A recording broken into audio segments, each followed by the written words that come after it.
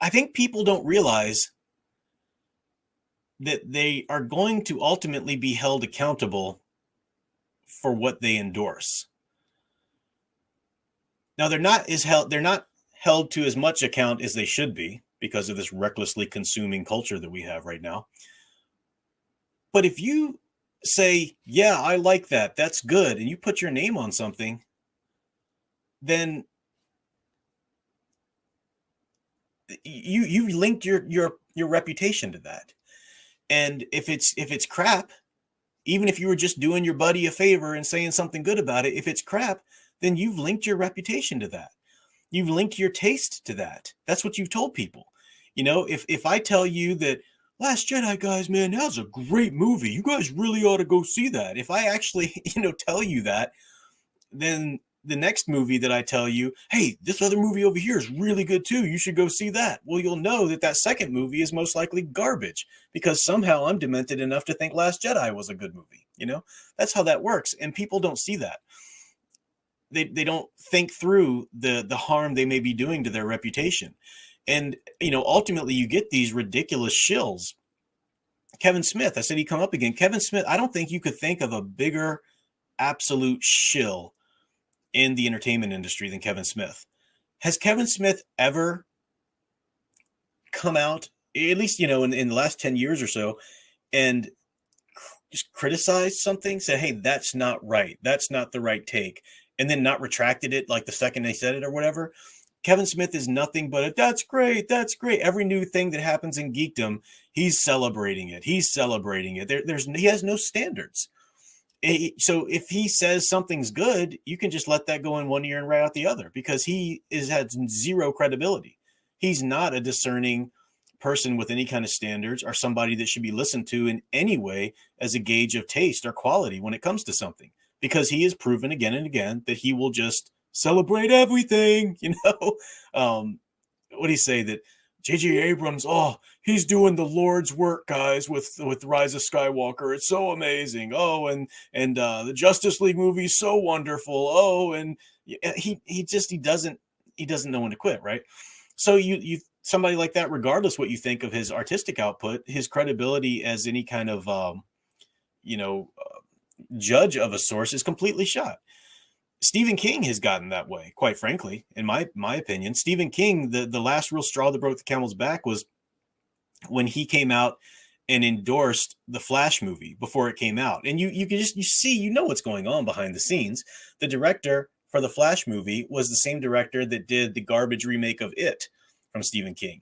And Stephen King was trying to pretend that remake of It, it's wonderful. It's what the book should have been. It's great. It was horrible. They made ridiculous changes for no reason whatsoever. It didn't help the story in any way.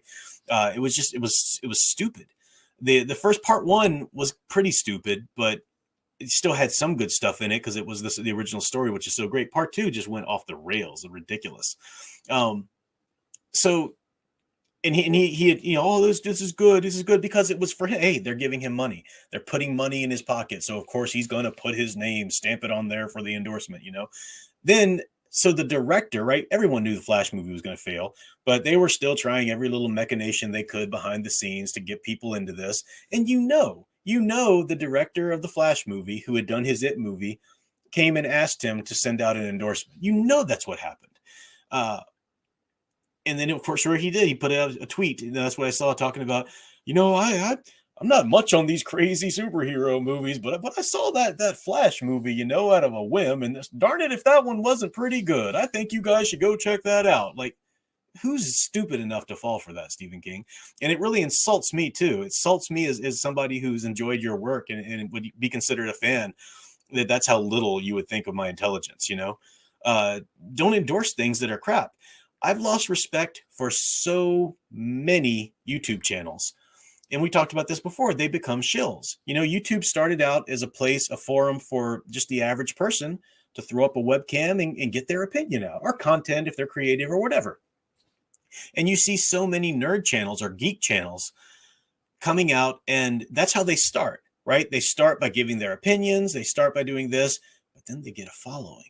Then it builds. Then they start seeing some of that sweet revenue money coming in from the ads. And then they realize, I got to keep this going because now I'm dependent on that ad revenue. I kind of like not working my day job and doing more of this YouTube stuff. So then they just start subjugating their opinions, subjugating their content to whatever the algorithm tells them to do. They won't speak badly about something that it's the cultural moment right now is to say good things about the Joker guy. So don't worry. I mean, now you can crap on the Joker, but for a while there, it was like, oh, you were burned in effigy if you said anything about the Joker. So all of the usual talking head geek channels, it's like, yeah, this one movie is really good, and they lose their credibility. I'm not very tech savvy. Look at the lighting in here. I'm not even sitting in the dead center of the screen. I'm just not a very tech savvy person, but I could invest a little time and resources into getting this really slick, and making sure that I had a really sweet, intro roll and this and that and some, sweet, sleek website and all this stuff. I could do that. But one of the reasons why I don't is because I don't want to be that kind of channel. I want to be abundantly clear that I'm just a real guy giving my opinion here. Now I've got my own expertises. I am a professor and I speak from those expertises, but I'm not out here. Yeah, I get some ad revenue, but I'm certainly not enough to live on.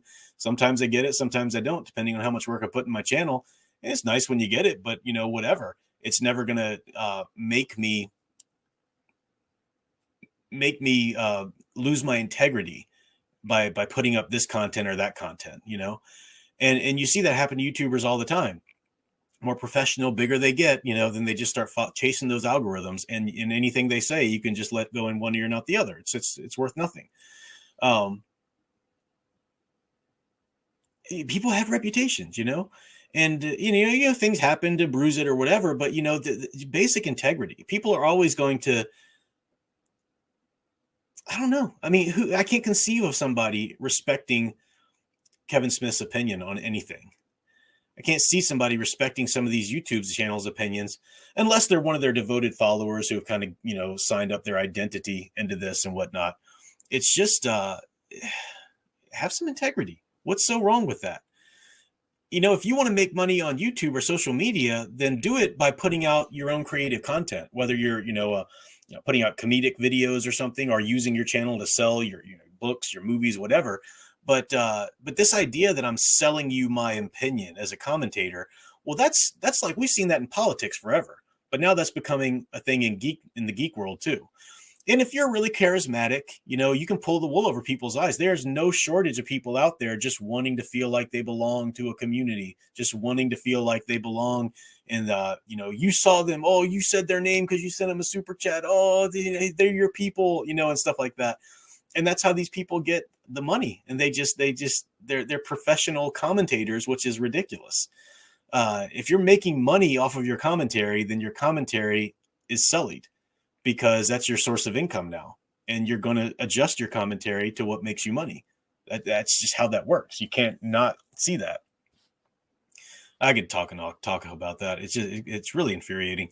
Dark Side Apoc says, I agree. All these geek channels will say everything is good or keep talking about it until people are curious. Yeah. It's true. They don't want to step away because then that means they don't get the attention anymore.